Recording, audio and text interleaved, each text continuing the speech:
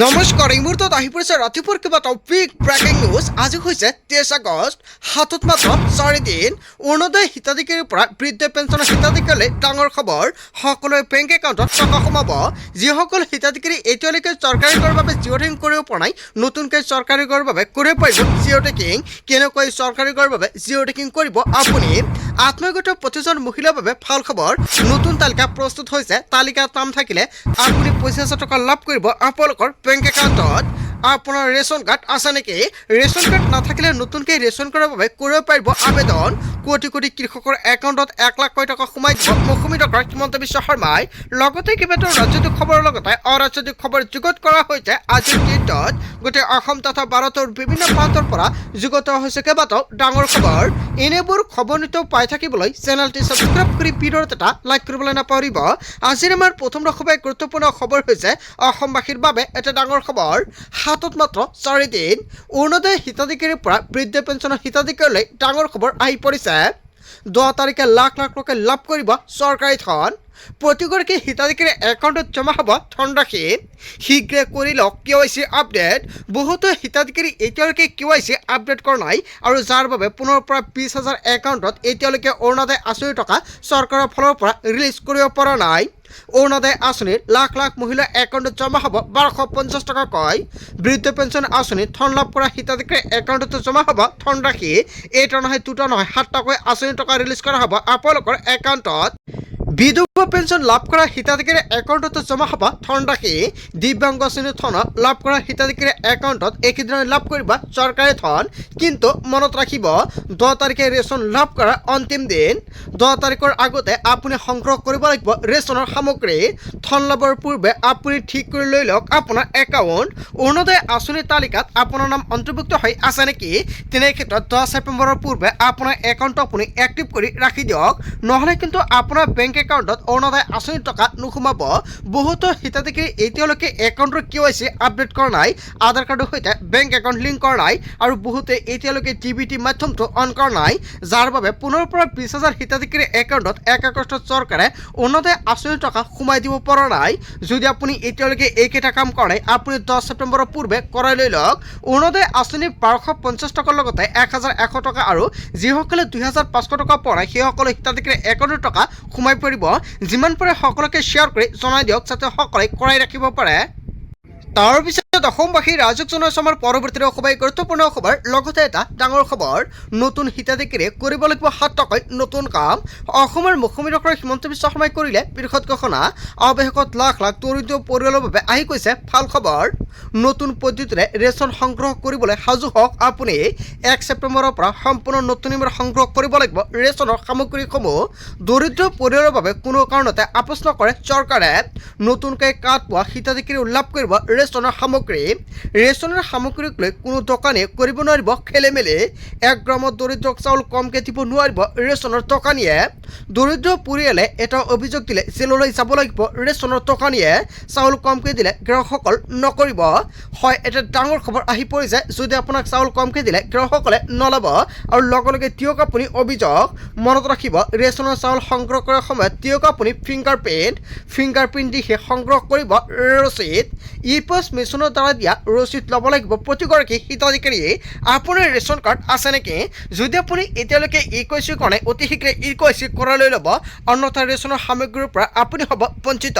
অসমৰ মুখ্যমন্ত্ৰী ডক্টৰ হিমন্ত বিশ্ব শৰ্মাই কৰিলে বৃহৎ ঘোষণা।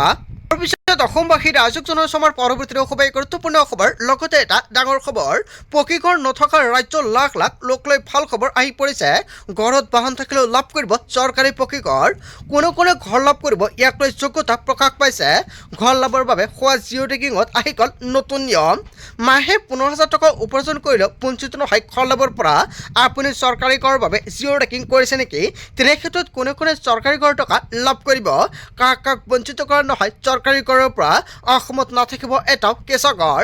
PMAY আঁচনিৰ অধীনত আপুনিও লাভ কৰিব চৰকাৰী পকী ঘৰ।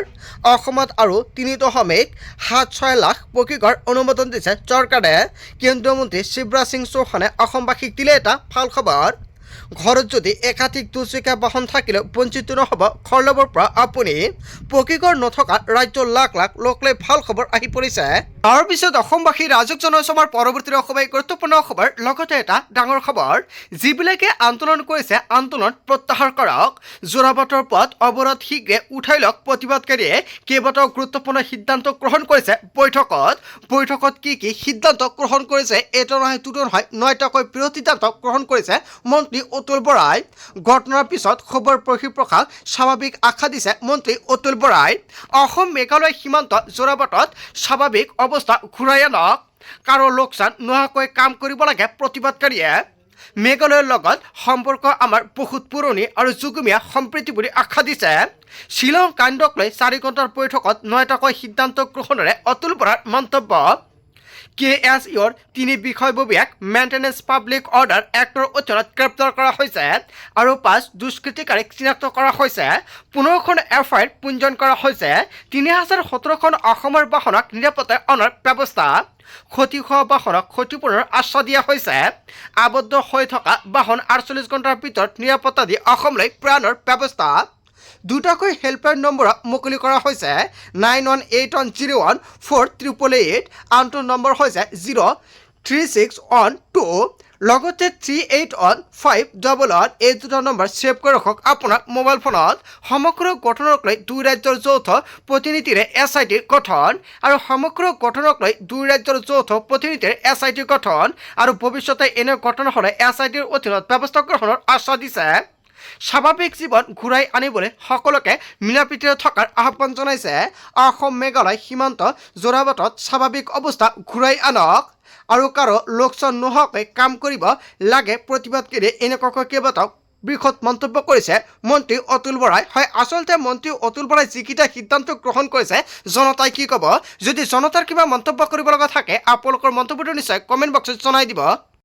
তাৰ পিছত অসমবাসী ৰাইজক জনাইছোঁ আমাৰ পৰৱৰ্তী অসমবাসী গুৰুত্বপূৰ্ণ খবৰ লগতে এটা ডাঙৰ খবৰ 3 দিনতে ভয়ংকৰ মন্দাৱস্থা মেঘালয়ৰ অৰ্থনীতিৰ শেহতীয়া পৰিস্থিতিৰ বাবে কোটি কোটি টকা ৰাজহ হেৰুৱাইছে মেঘালয়ে বিগত 3টা দিনতে 13 কোটি টকাৰ ৰাজহ হেৰুৱাইছে মেঘালয়ে আৰু পৰ্যটন বিভাগৰ তথ্য অনুসৰি আৰু প্ৰতিদিনে মেঘালয়ৰ উপাৰ্জন 4 কোটি 38 লাখ টকা আৰু সেই মেঘালয়তে এতিয়া জনশূন্য হৈছে পৰ্যটন স্থলীসমূহ হোটেল হোমষ্টে থাকিবলৈ নাই মানুহ মেঘালয়ৰ পেট্ৰল পাম্পত পেট্ৰল আৰু ডিজেল বিচাৰি হাহাকাৰময় পৰিস্থিতিৰ সৃষ্টি হৈছে নুমলীগড়ত তেল বিচাৰি ভিক্ষা মাগিবলগীয়া হৈছে মেঘালয়ে কেৱল এয়াই নহয় ৰিফাইনেৰীৰ সন্মুখত লানি পাতিবলগীয়া হৈছে মেঘালয়ৰ টেংকাৰৰ চেৰাপুঞ্জী আৰু ডাউকি জোৱানৰ পৰ্যটন স্থলীসমূহতো নাই পৰ্যটক আৰু গ্ৰাহকক বিচাৰি হাহাকাৰ অটো আৰু টেক্সি চালকসকল 3 দিনে ভয়ংকৰ মন্দৱস্থা সৃষ্টি হৈছে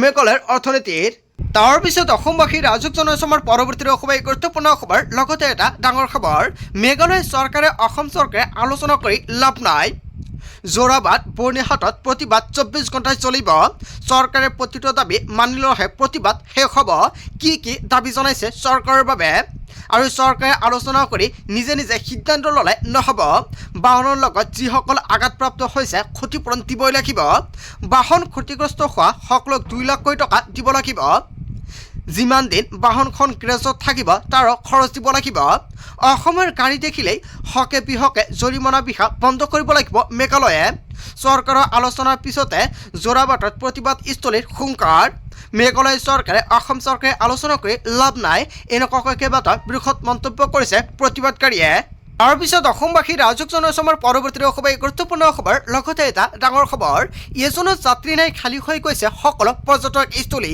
মূৰ কপালে হাত দি বহি আছে মেঘালয়ৰ টেক্সি চালক শ্বিলঙৰ ৰাজপথত নামি পৰিছে ৰেপিড একশ্যন ফ'ৰ্চ আৰু ব্লাক কমাণ্ড যিকোনো মুহূৰ্তত ইন্ধনৰ অভাৱত ভুগিব পাৰে মেঘালয়ে অসমৰ সৈতে সংযোগ থকা কোনো পথেৰে যাব নোৱাৰে শ কোটি টকা লোকচান মেঘালয় চৰকাৰৰ মেঘালয়ত আবদ্ধ অসমৰ ৰূপীহাটৰ যুৱকৰ শিহৰণকাৰী বৰ্ণনা অসমৰ বুলি গম পালে আক্ৰমণৰ বাবে উদ্যমত হয় মেঘালয়ৰ লোকসকলে আৰু 500 টকাৰ ৰুম অসমৰ মানুহে বুলি গম পালে 3000 টকা বৃদ্ধি কৰি দিয়ে আৰু 50 টকাৰ সামগ্ৰী অসমৰ বুলি গম পালে বৃদ্ধি কৰে 2ৰ পৰা 300 টকালৈ আৰু বৰ্তমানেও শ্বিলং চেৰাপুঞ্জী আৰু ডাউকিত আবদ্ধ হৈ আছে বহু লোক আৰু শ্বিলঙত চিকিৎসালয়ৰ বাবেও যোৱা যুৱকৰ ভয়ংকৰ ভিডিঅ' বাৰ্তা আৰু অসমলৈ হোটেলৰ বাহিৰত যাব নোৱাৰা অৱস্থা বুলি বৰ্ণনা কৰিছে।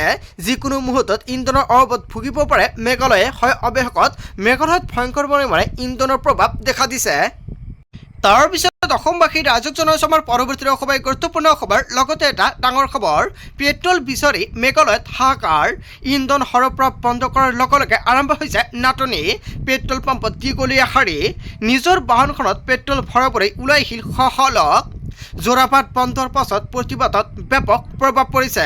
পেট্ৰল বিচাৰি মেঘালয়ত হাহাকাৰময় পৰিস্থিতিৰ সৃষ্টি হৈছে। ইন্ধন সৰবৰাহ বন্ধ কৰাৰ লগে লগে আৰম্ভ হৈছে নাটনি।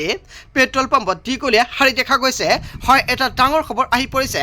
বন্ধু বান্ধৱীসকল, গোটেই অসম তথা ভাৰতৰ বিভিন্ন প্ৰান্তৰ পৰা যুগত হৈছে কেইবাটাও ডাঙৰ খবৰ। এনেবোৰ খবৰ নিতৌ পাই থাকিবলৈ চেনেলটি ছাবস্ক্ৰাইব কৰি ভিডিঅ'ত এটা লাইক কৰিবলৈ নাপাহৰিব। So thank you for watching full video.